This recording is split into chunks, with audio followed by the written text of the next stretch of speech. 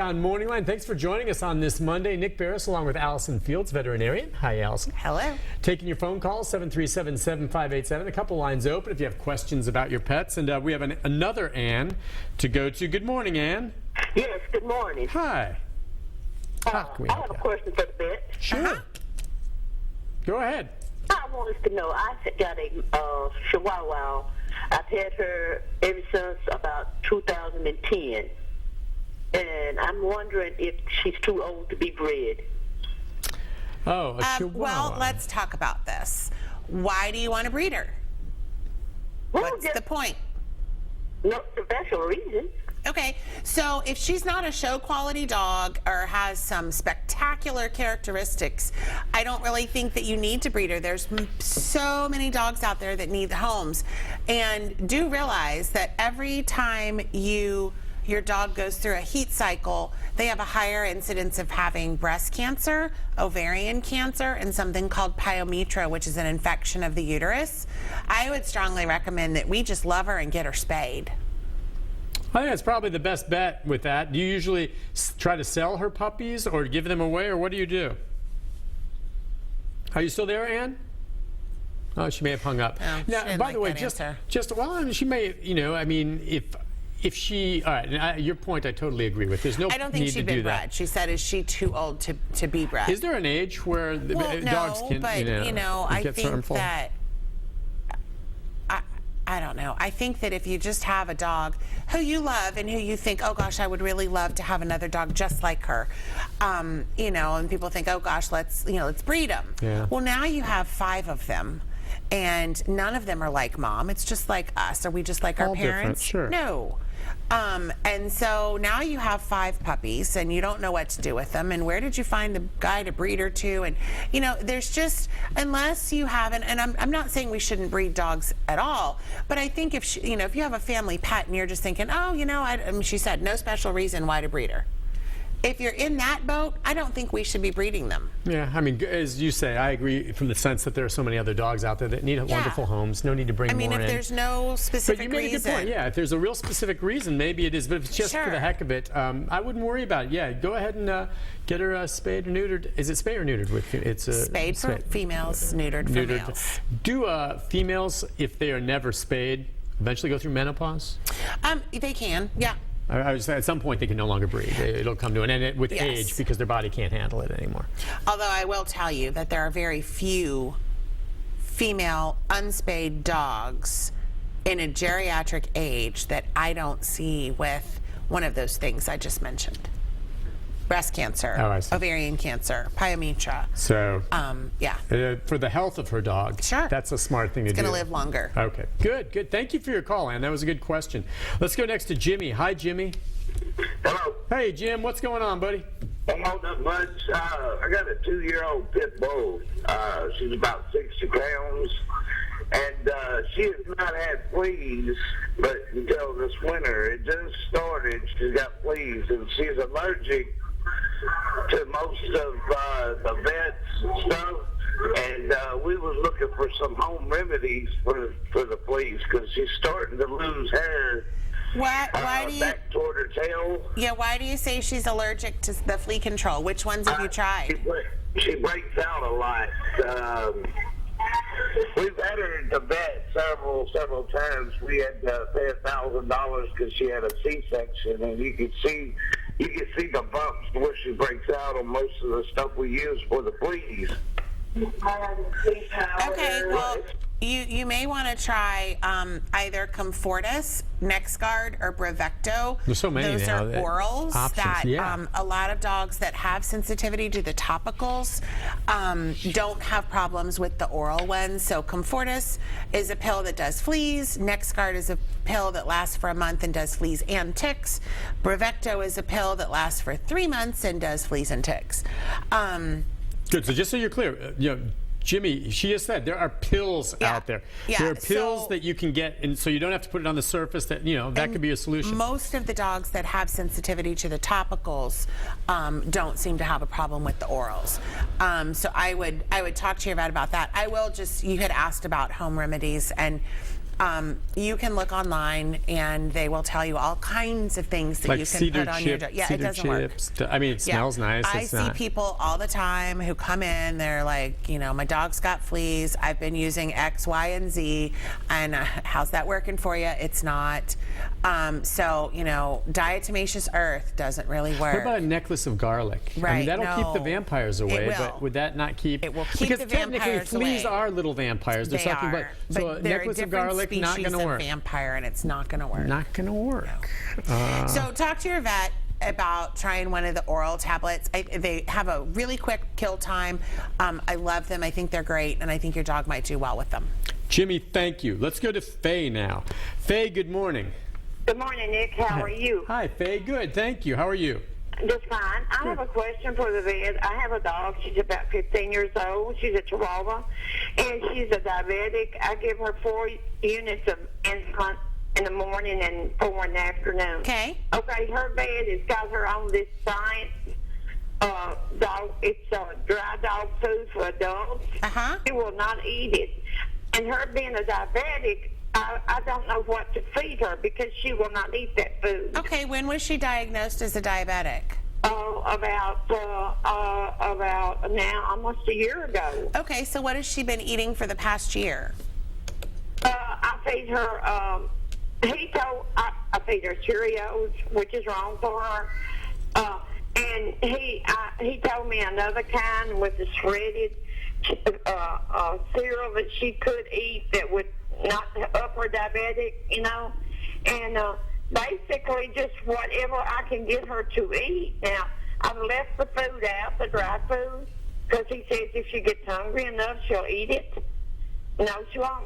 Well, I might talk to your vet about maybe trying a different kind of dog food, even if it's a canned dog food, and see what they suggest. We have a lot of good prescription foods that are designed for diabetic dogs to help keep their glucose kind of leveled out. And they come in a canned version, which your dog may eat. But I would definitely talk to your vet about trying some other dog foods and seeing what happens, because you're right, Cheerios, not the best thing for a diabetic. But just getting her on any kind of dog food might be helpful, but do talk to your vet about that, and maybe, run by and see if they have, I forget what the Science Diet, we don't carry that, we carry Purina, but we carry 2 different other brands, and both of them have a specific diet meant for diabetics. And I know Science Diet has one, I just can't remember the name of it. But I talked to him. I think that, we could probably find some kind of dog food that she'd eat, which would be good because it has the minerals and the vitamins and everything else she needs. Let's go next to Kip. Hi, Kip. Good morning, Kip. How are you? Good. How can we help you? Well, I had a stray dog who discovered me years ago. Yeah? And I went out to feed him one day, and he was dead. Oh. When I went to pull him out of the doghouse, I noticed his belly was very inflamed, and he had a very thick coat of fur, and it was coming out in clumps.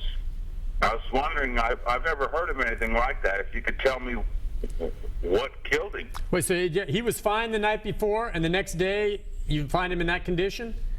Not the night before. I first found him on a Saturday. I was going to take him to the vet on Monday, and that Monday he was dead.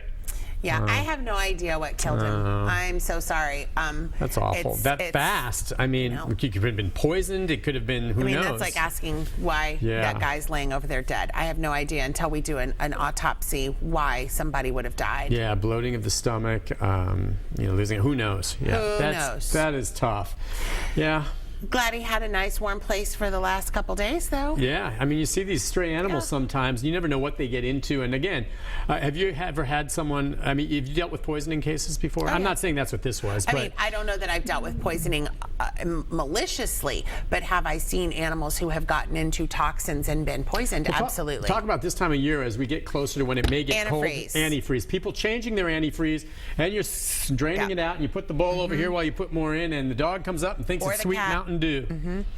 Antifreeze will kill you if you drink it. I cannot figure out for the life of me, and there's been multiple bills put before Congress. Why can't? Because children get poisoned by antifreeze. Antifreeze. It's a fun color. It's sweet tasting. How expensive is it to just put something in there that makes it taste bad? That's right. So everybody takes one and then you're done. Yeah. So you I don't get just it. Why is that? I mean, you don't see it. So I do wonder why that it's got to have been done. Why don't they do something? Can they change the color? Well, the sweetness has got. I mean, obviously, they're not adding sweetener for any reason. The chemical tastes sweet. Right. There must be something. It's They'd have to add something to make it taste but bad. gosh, it causes renal failure, right? I mean, your body just shuts down. You're done. Yes. If not addressed within 12 hours, you have a pretty good prognosis with aggressive hospitalization and treatment and everything else.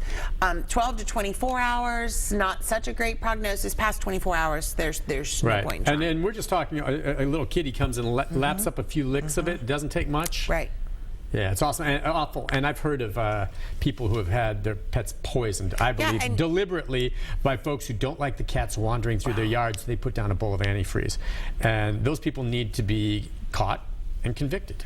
That's awful. It's absolutely awful. So, anyway, and if you are changing it, make sure you properly dispose of the antifreeze because the animals will get into it. House, make sure that nobody's in there with you, small children, pets. Yeah, that's demented grandmothers. It's one of those things that just looks so innocuous, it looks great. And it is deadly. Yes. Deadly. All right, let's go to Betty. Betty, good morning.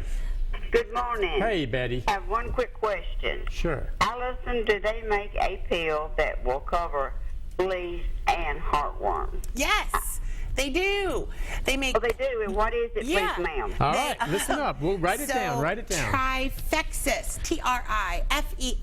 Trifexis. Trifexis. Trifexis. What's the tri? What's the triple? It's more than that. I don't know why they but named it's it fleas, that. So it's ticks? fleas. No. Oh, fleas. Hold, please. Okay. It's fleas, heartworms, roundworms, hookworms, and whipworms. Nice. So 3 intestinal parasites, heartworms, and fleas. It doesn't do ticks. They don't have one that does heartworms and fleas and ticks. I don't know why, but they can't make those chemicals work together. But Trifexis is a wonderful drug. You heard me talking probably earlier about Comfortis, which is a flea drug that kills within 4 hours. Comfortis is in Trifexis and is the flea part. And then the rest of the Trifexis is milbemycin, which has been around for 25 years in the form of Interceptor, which was a heartworm prevention that did heartworms and the intestinal parasites. You have to go to the vet to get Trifexis, You do. right? It's a Trifexis prescription. is a prescription And how only. is it one pill It's every? one pill every 30 days. Pretty Every much 30 all days. of our heartworm Okay. preventions, whether they're that's right. topical, whether it's all monthly. So Yes, once a month. Right. Which means you'll be giving them the heartworm in the middle of winter when maybe you don't need the flea protection, but that's okay. Right, It's just, and because Trifexis does do everything, it is more expensive than, say, HeartGuard, which doesn't have any flea control in it, but is a fabulous drug for heartworm prevention and intestinal parasite control. So we have a lot of clients who'll use Trifexis, March through September during big flea season, and then they might switch to HeartGuard for the winter time when we're not as worried about fleas, because we do still need to prevent heartworms as well as intestinal parasites all through the winter in this area. And your dogs, do cats get heartworms too? Cats can get They both- heartworms. Where do they get them from? And so they'll get them from another dog? No. How do they get them? Negative. Come on. How many years have we? No, not feces. Dirt. How many years have we done this show? I forget how they get it. Oh my gosh, Nick, I'm appalled. Mosquitoes. Mosquitoes. One mosquito that's infected with heartworms bites the dog, and that's as they suck blood, they go back and they forth. regurgitate some. Yes. And that's it. So That's you have no One way mosquito. of knowing. One mosquito is all it takes. And everybody's like, oh, my dog lives inside. He doesn't need heartworm prevention. Does your dog go outside to go potty? And even if he doesn't, how many mosquitoes do you kill in your house a year? I know I've already killed 2. Sure, they come in. At least that I can remember in It's the door opens. 2015. So a mosquito. It's a mosquito. And again, it's a parasite that is not something that'll get humans. Well, I know mosquitoes can carry other things, but yes. Can you get heartworms as a human? You can be infected with one. We're not the right host, so basically it's just a bad mosquito bite.